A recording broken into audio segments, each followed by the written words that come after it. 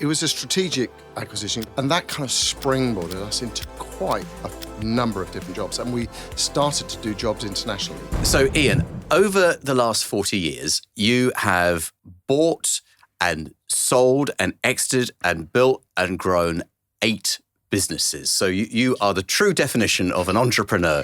So how did it all start 40 years ago? We won't do the entire 40 years, but how did it all start? How it all started, my first role was as a runner in a dubbing studio. Then I wanted to become a film editor, so I was working in Soho, became a film editor, then migrated into a production company, and I was made redundant. And the film industry goes through up and down cycles. So I wanted to set up my own production company, but I had to get a job. So I got a job delivering paint of all things, driving around London. Again, I was made redundant from that. And at this point, I was thinking, no, I'm getting absolutely hacked off with being made redundant. I'm going to control my own destiny. So I said, that's it. I'm not working for anybody else ever again. Perfect and reason. That's how I set up my own business with the support and help of my mother, working in my mum's house, a bit of money from my mum and other bits and pieces. But ultimately got out there and just did the job. Get the old typewriter, writing letters. Oh, days, yeah. Going down the post office, posting them. Yes. And then the fax machine started to come into play. Oh, yes. So that's how I got into business. And if I go through my history, it's predominantly been in media of some form or another. Okay. Whether it's been in video production, AV staging, selling broadcast television equipment, and now in photography and filming. So there's always been a strain of media with a few dips out into property, probably in the early 2000s. So, but that's the theme over the last 40 years then? Yes, I think Okay. I've got this conflict between being creative and wanting to be creative, but also being commercially pragmatic and seeing business opportunities. So I'm going to ask you the question that I usually save to the very end, which is, what have you learnt over those 40 years of being in business that would be useful to our viewers and listeners? Go with your gut. Absolutely. And if you want to do something, go for it. Find a way to do it. Don't procrastinate. I'm procrastinating about some things now. And then, you can, as you get older, you become self-reflective and you thought, well, what did I do? Why did I do that? Why did I say that? Why did I react that way? Yes. What were the causes? And okay, can I address that in future? What lessons? And that's the thing, learn from your own lessons. It's because some people don't do that. They get into a cycle where they don't even realize that they are procrastinating and everyone else can see it. And maybe people are telling them, look, you just keep on putting things off. If you just do it, if you just take action, you'll get a result. But if you don't take any action, you're not going to have any result. Absolutely. There was someone who I did some marketing. I did a marketing mastermind with about 7 years ago. And there is always this tendency when you're doing an email or a letter to go through it and read it and make sure it's perfect and grammatically correct. And you think, I'll look at that tomorrow and I'll see if it reads correctly as I'm interpreting. Well, you snooze, you lose. If you pick up the phone and say, oh, if only I'd got your letter yesterday. I've just given the job to somebody else. Yes. So my view is get it out. It may not be perfect. Some people might not like the fact that things are perfect, but they probably are not really going to be your customers. They're going to find fault in other things you do. So my view is get on and do it. 80% is better than 100%. Absolutely. And what you and I think is perfect, the next person doesn't think is perfect anyway. So it really means not that much. It's about actually taking action and doing it. And I see this all the time in deal makers. The people who just get going, get the results, where the people who are waiting for the perfect business to buy, the perfect price, the perfect location, and they want to tick all these boxes. This perfectionism is actually an extension of procrastination. Yeah. And it's an excuse for not doing something because it's not perfect. But at the end of the day, we're not looking for perfect businesses. We're looking for good, solid businesses. And they never will be perfect, but that's not the point. Are they profitable businesses? That's what it's all about. So let's fast forward then to your very first acquisition. Cast your mind back to that. Tell us a bit about that one. My first acquisition was after I'd actually set up 3 businesses. It was my third, and it was my first limited company that I set up. So we evolved and developed, and it was a sets and staging business in Kingston, and they were splitting off their business. They had an audiovisual installation division, and they had a set and staging division, and the two were under one company, but the person that was doing the installation did not want the staging business. So during conversations, I said, well, I'd be interested to take on the staff. There were about 4 or 5 staff. And I do remember the negotiations, but it was really quite. I can't remember what took its time. Things take their time because what we were waiting on was the completion of the sale of the other part of the business, which was a share purchase, whereas ours was an asset sale. So was the other party going to buy everything, and then you were going to carve out the part that you wanted? I was dealing with the owner who was selling the limited company, but also then selling off the assets and the employees under 2p. So effectively, I can't remember what the transaction was. I think I actually did the job with the existing business. I think the company bought, and they may have done an asset purchase. Actually, do you know what? But I understand how the two pieces fit together. So tell us a little bit about the negotiations for that. Were they protracted, or was it very simple and straightforward? I think it was fairly simple and straightforward. It was the list of assets, and I valued the assets. And then it was really a case of just, I think it was an essence of, I wanted to do an earn out.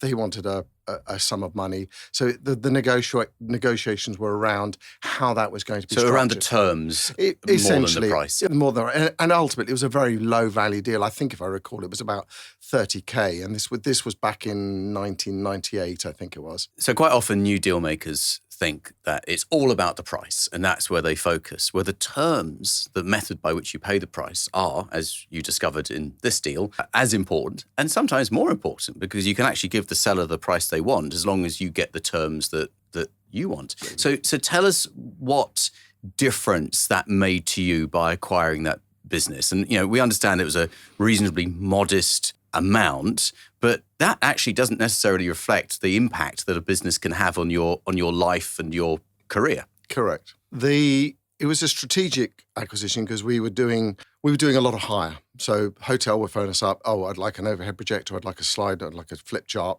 And other people were coming in and doing events and sets and staging in the kind of the function rooms. And for us, there was the opportunity to go and talk to our clients and say, look, you're using these people. Would you be prepared to recommend us to the people that are coming in? Here is the team. Here is the creative team that can actually come up with the idea, the concept, the set, the staging, and the execution. And we've got the equipment, they've got the technology and the ideas, and put it together. And that kind of springboarded us into quite a number of different jobs. And we started to do jobs internationally.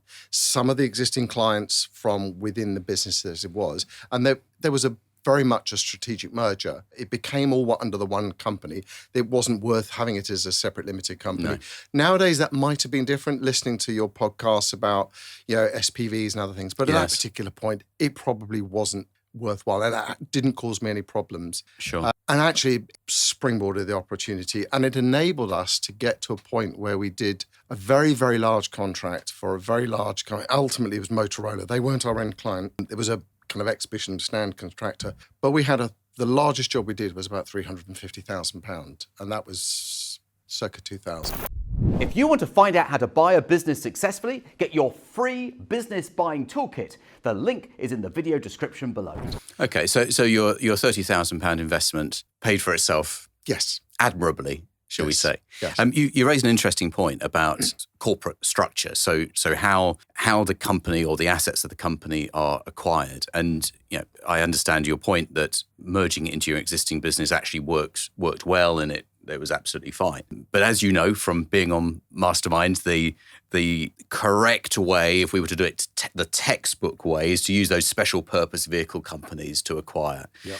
And I have to say that in Mastermind going forward, I probably will place even more emphasis on this because of a few personal experiences where I've had leases for different properties all in the same company.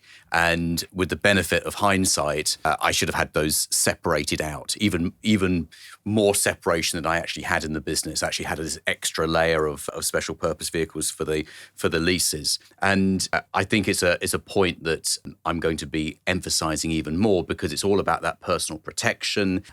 You can never see around the corner. You never know what the future holds. And if that particular business or that particular part of the business or that particular property starts, property as in the property that you occupy, that you operate the business out of, if that ceases working or you have a difficult landlord, I've had difficult landlords, or the landlord wants to hike up the rent and all these different things, you have layers of protection. But if you get your corporate structure right, then you can extract the parts that don't work. But likewise, you can sell the parts that you want to sell, maybe because they have limited value to you, but they have strategic value to someone else. So it's like Lego. Yeah. Everything all fits together. But I guess 98, was that 30 years ago?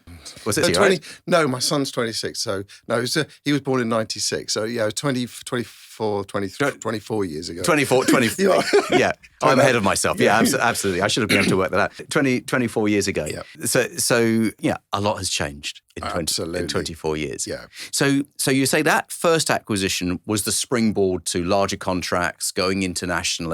What was the development of the business thereafter? Oh, we hit, if I remember, the Gulf War, early 90s. Mm-hmm. I can't remember. And that was a significant impact because airlines stopped traveling. Therefore, a lot of international people stopped arriving, events. So like everything, it all goes in cycles, and we're going through a kind of sort of cycle at the moment. We rode through that. We had enough cash to see ourselves through. We'd moved into much larger premises in Isleworth, kind of a warehouse. So we had kind of our growing business. And then I think I got to the point where I thought, not really enjoying this anymore. It was becoming, I don't know what it was that I didn't enjoy. And I actually looked to sell the business. And I ended up did sell the business. And it was a sale. As you find, there are certain people that want to sell just because they want to get out. So you're effectively selling it at a discount. I sold it essentially for balance sheet and a future profit. And I sold it to my old company that I'd sold. Oh, really? 10 years previously. Interesting. Yeah, quite often actually people do sell to someone they've had a connection with. It is said that if you buy a business from someone, the easiest person to sell it to is the person that you bought it from in the first place, because they have this seller's remorse and they think, oh, my life is empty without this business, and then they have the opportunity to buy it back. Yeah, is quite interesting. So let's talk a little bit about that, because the best person to buy a business from is a motivated seller. Yep. And typically that motivation comes from the sorts of things that you've just mentioned. You don't enjoy it anymore. Mm-hmm. There's also stress and ill health and maybe a lack of confidence in the future. You think, well, if I lose that contract and that contract, will this business really be viable? I may as well sell it now to someone who doesn't see the same downsides or risks that I can see. And then I can get what I want, which is time, freedom, money, not always top of the list money, but money in there as well, and the ability to do something else. Correct. I don't know about you, because I can only do one thing at a time. I try and do too many things at the same time. Right, okay. I'm the epitome of a plate spinner. Right, and my wife has a go at me for it. It's interesting you brought that up, because our family had a major traumatic event in the 2nd of January 2020. And I didn't work in my existing business for 6 weeks. My wife suffered a brain hemorrhage and she ended up in hospital. And then, of course, she was still in hospital when COVID started. And I had a 12-year-old daughter as well, and everything. My daughter was just in her final year of university. There was so much going on. At that particular point, I really thought, do you know what? Maybe I just need to sell the business, because I'm not the right person to run this and take it forward. And it just needed that management. But we've moved through that. But even still now, my wife is suffering some of the after effects of it. She's got partial mobility. Right. And therefore, there's always this tear between, I want to spend time managing the business, running the business, and I've got goals and ambitions for it, yet I've got my family there, and it's like, you literally get torn apart. Yes. You feel guilt for not working with the business and the staff, and you feel guilt for the family. And it's navigating that. And sometimes it's like if someone comes along and gives you a load of money, but I wouldn't sell the business. Someone did offer me some money for the business. And I said, look, I know I'm not in a great place, but it's worth more than that. So, and I wasn't actively marketing the business. I'd spoken to a friend of mine who had an acquirer, and I thought, no, I'm not that desperate to sell the business. The business is running. So you've got to, as you say, the motivation was there. If the right figure had come along, and I remember many, many years ago, and I think I've even mentioned it to you in one of the masterminds, having a figure in mind at all times. If somebody came along and knocked on your door and said, I will give you X for your business, if that figure matches what I would call your FOF, I don't know whether I to swear, but if it meets that figure. We can work that out, yeah. Go. Just take the money and run. And it's the kind of thing to have. And it was always in my mind, but of course that value can affect. And it's interesting at the moment, the way the market is going, because we work with a lot of commercial property, and we've had a massive amount of work because people want to sell their property, pension funds, because they're forecasting a potential recession, forecasting interest rates were going to rise, and they did. And of course, that affects the yield on an investment.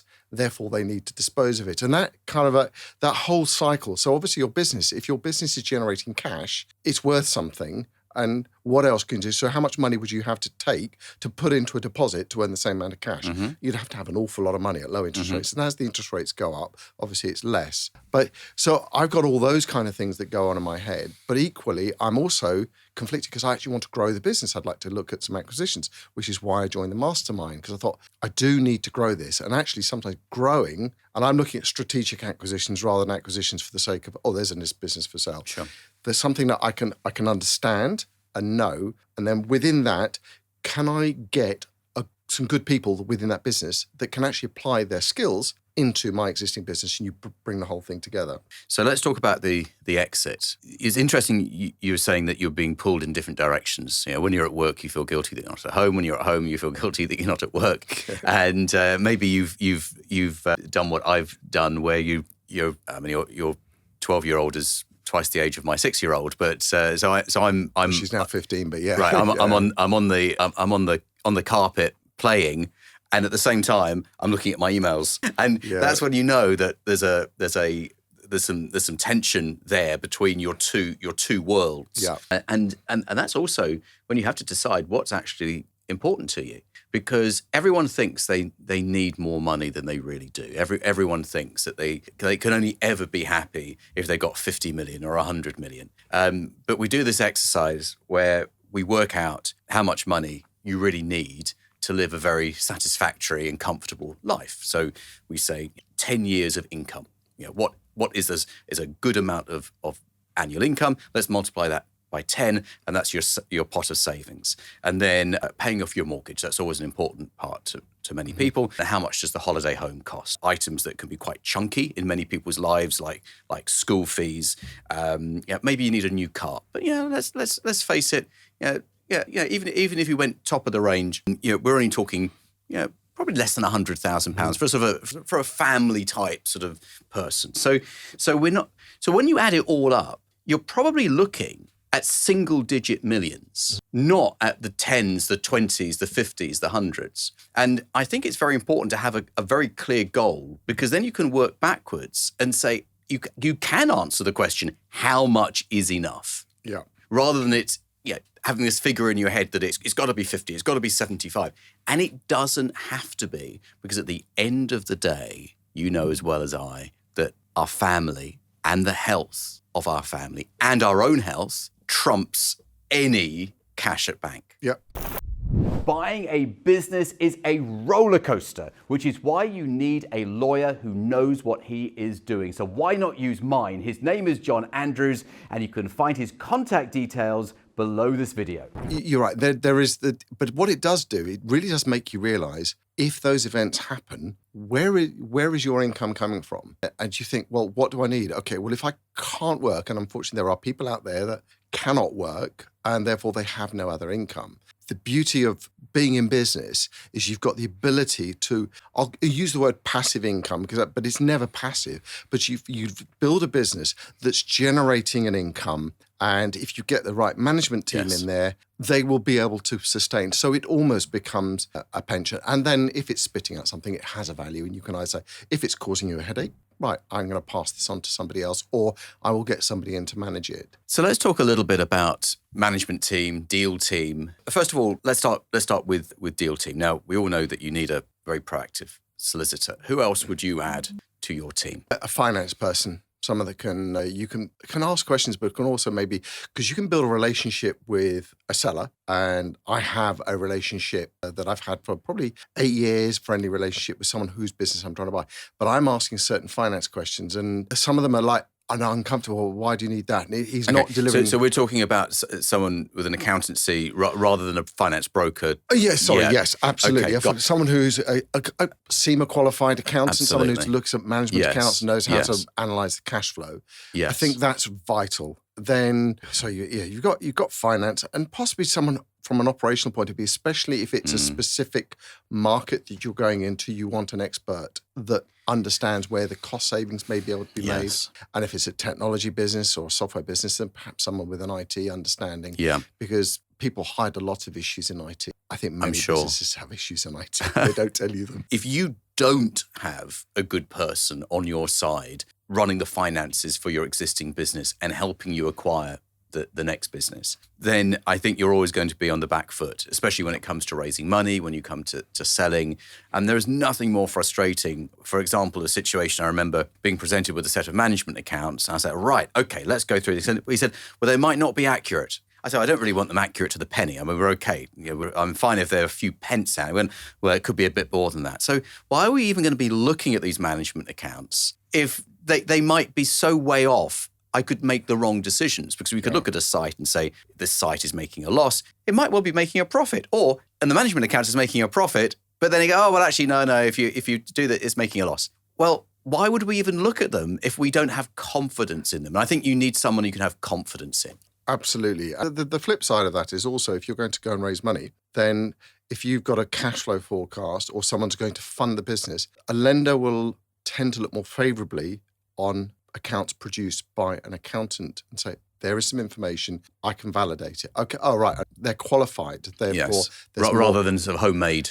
Exactly. There's more comfort in the forecast based on some form of professional review. That I think that helps. That's not the only reason, but absolutely reviewing finance. That's obviously one of the key things. And then having the lawyer in the background, someone that can be ready to spring into action. So actually having the right people is critical, isn't it? All of this. It's vital. It's vital. It's also a sounding board. Sometimes if you've got, am I overthinking this? And someone say, no, you're not. And let's actually look at this. Somebody say, no, I think you'd be fine. It's absolutely. And you can get too wrapped up in the weeds sometimes. And having those external advisors, part of a deal team, absolutely helps you clear the path through. What advice would you give the people watching and listening to this who are thinking about buying a business but haven't actually taken that first step? You know, they're clearly interested, otherwise they wouldn't be tuning into this. Yeah. But they haven't done anything yet. What would you say to those people?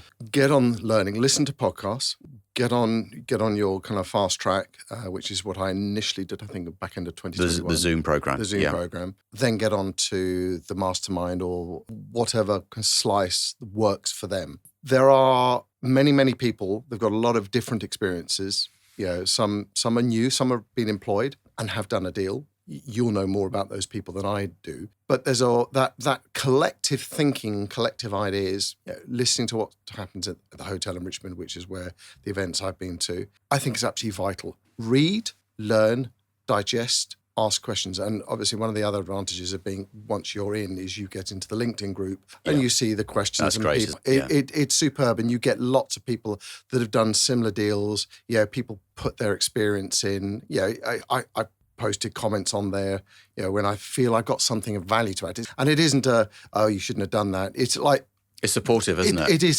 supportive. And I've been parts of groups where sometimes the comments are a little bit snipey, but we've got 430 people in that group, all previous masterminders and current as well, who are completely supportive of each other, aren't they? It's a very, very good atmosphere in that group. It's very, very good. I think my view through life is always be learning. I've always been curious. That's just nature. And it's an interesting one because it's never been part of my published values that we've written. And I've actually thought, curious people make progress. Why didn't I get that deal? What can I do different? Yeah. Yeah. And being curious, how can I make that deal work for me? And that to me. And I'm always curious about someone else's business. Yes. Why are you in the business? How did it work? What are the good points? What have you learned? And you're now selling it. What would you do if you were in my position? And I think if you can build a relationship with your prospective seller, and then having the professional people asking the maybe kind of harder questions, as a deal team, you can maintain good cop, bad cop. And you maintain that good relationship. And I think that's vital, building that support team. There's nothing to say that those people aren't, that your deal team might not be other members. There may be other people that actually, I'm good at this, but I haven't got the time. But we've seen a few partnerships in the group, actually. Yeah. It's been a pleasure. Thank you very much. Thank you, I look Jonathan. forward to having you back again in the future. Look forward to it.